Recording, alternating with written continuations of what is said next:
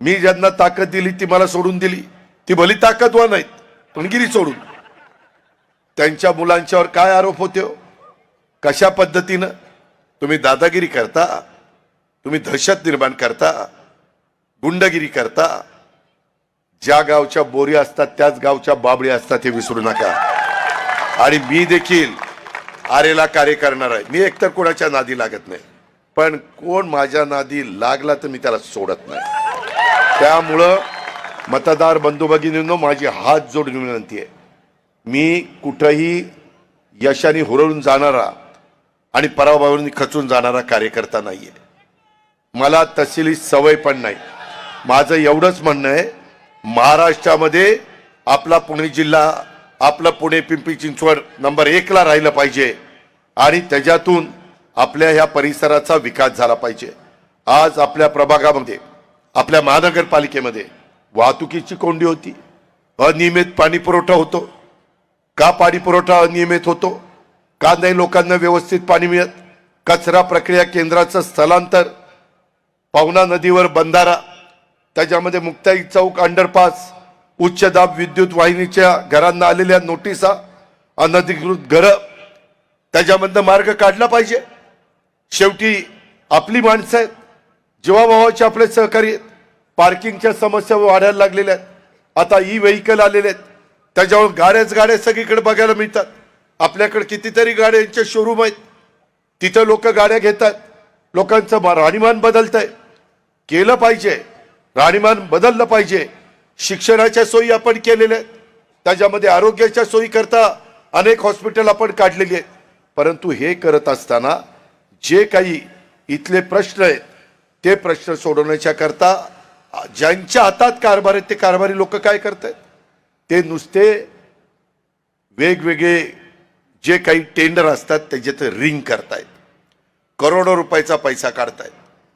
त्याच्यामध्ये कामं ह्यांनीच घ्यायची, बिलं ह्यांनीच काढायची. ह्यांचं जर कोणी ऐकलं नाही तर त्यांना दमदाटीची भाषा करतात. ह्यांना पैशाची मस्ती आलेली आहे, सत्तेची गुरमी आलेली आहे. मित्रांनो, हा सर्वसामान्य समाज, बाबासाहेब आंबेडकरांनी संविधानातनं यांना सगळ्यांना मताचा अधिकार दिलाय. कुणाला डोक्यावर घ्यायचं आणि कुणी चुकीचं वागलं तर त्याला डोक्यावरून बाजूला करायचं हे तुमच्या हातात आहे. माझी तुम्हाला आग्रहाची विनंती आहे की आता जसं पूर्वी संगणकाचं युग होतं त्यावेळेस आम्ही सगळ्यांना संगणक शिकवण्याचं काम केलं. आता AIचं युग आलेलं आहे मित्रांनो. आता आर्टिफिशियल इंटेलिजन्स, त्याला मराठीमध्ये कृत्रिम बुद्धिमत्ता म्हणतात.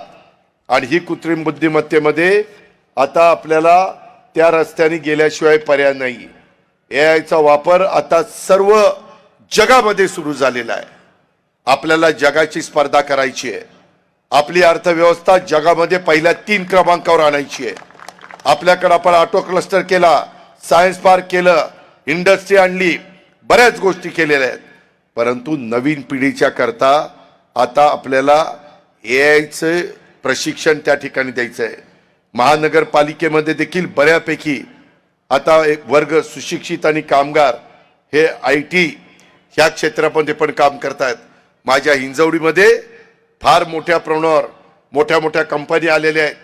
त्या कंपनीमध्ये वर्क फ्रॉम होम अशाही पद्धतीचं काम आपल्या परिसरामध्ये चालतंय. आणि त्याकरता अनेक मुलं मुली इथं येऊन राहतात, त्यांचे संसार थाटतात.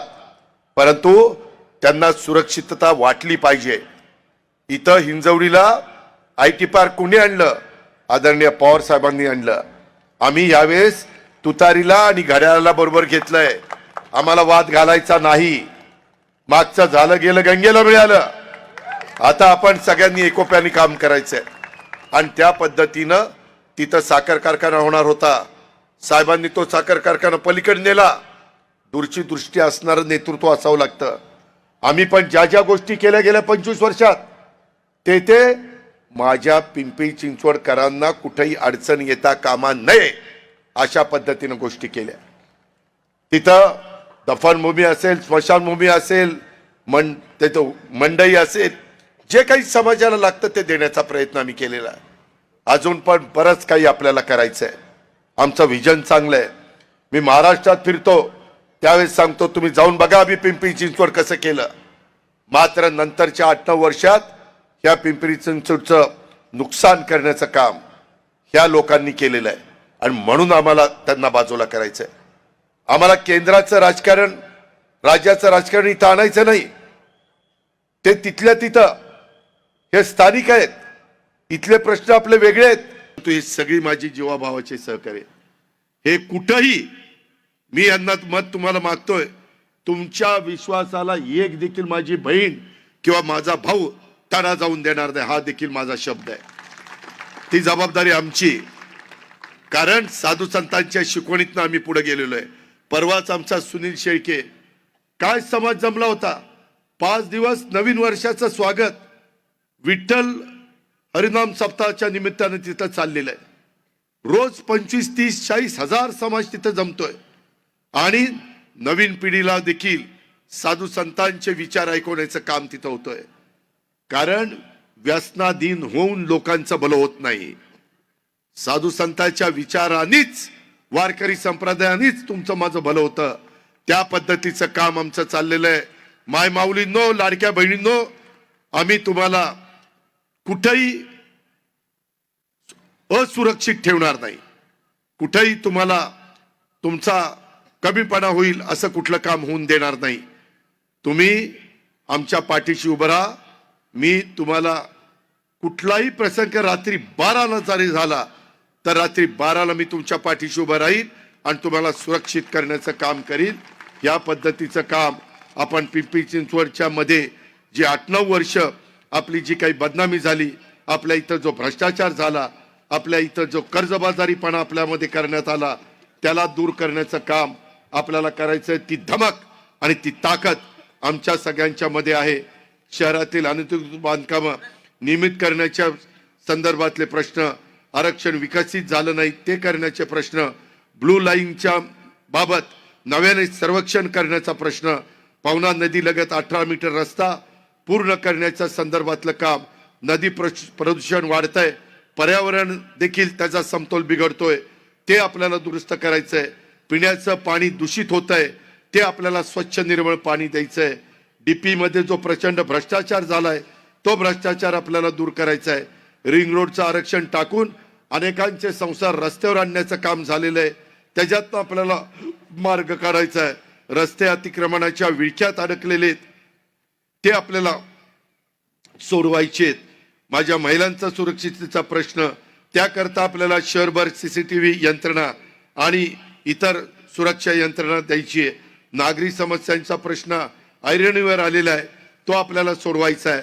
आणि या शहरातील जो भ्रष्टाचार गेले काही वर्ष चाललेला आहे, त्या भ्रष्टाचाराचा आका तो आपल्याला संपवायचा आहे. त्या आकाला आपल्याला त्याची जागा दाखवायची. ते काम करण्याच्या करता आपण सगळ्यांनी आम्हाला साथ द्या, हीच आग्रहाची, नम्रतेची, कळकळीची विनंती करतो. आणि प्रचंड संख्येने आपण उपस्थित राहिल्याबद्दल आपल्याला सगळ्यांना मानाचा मुजरा करतो आणि थांबतो. जय हिंद, जय महाराष्ट्र, जय राष्ट्रवादी.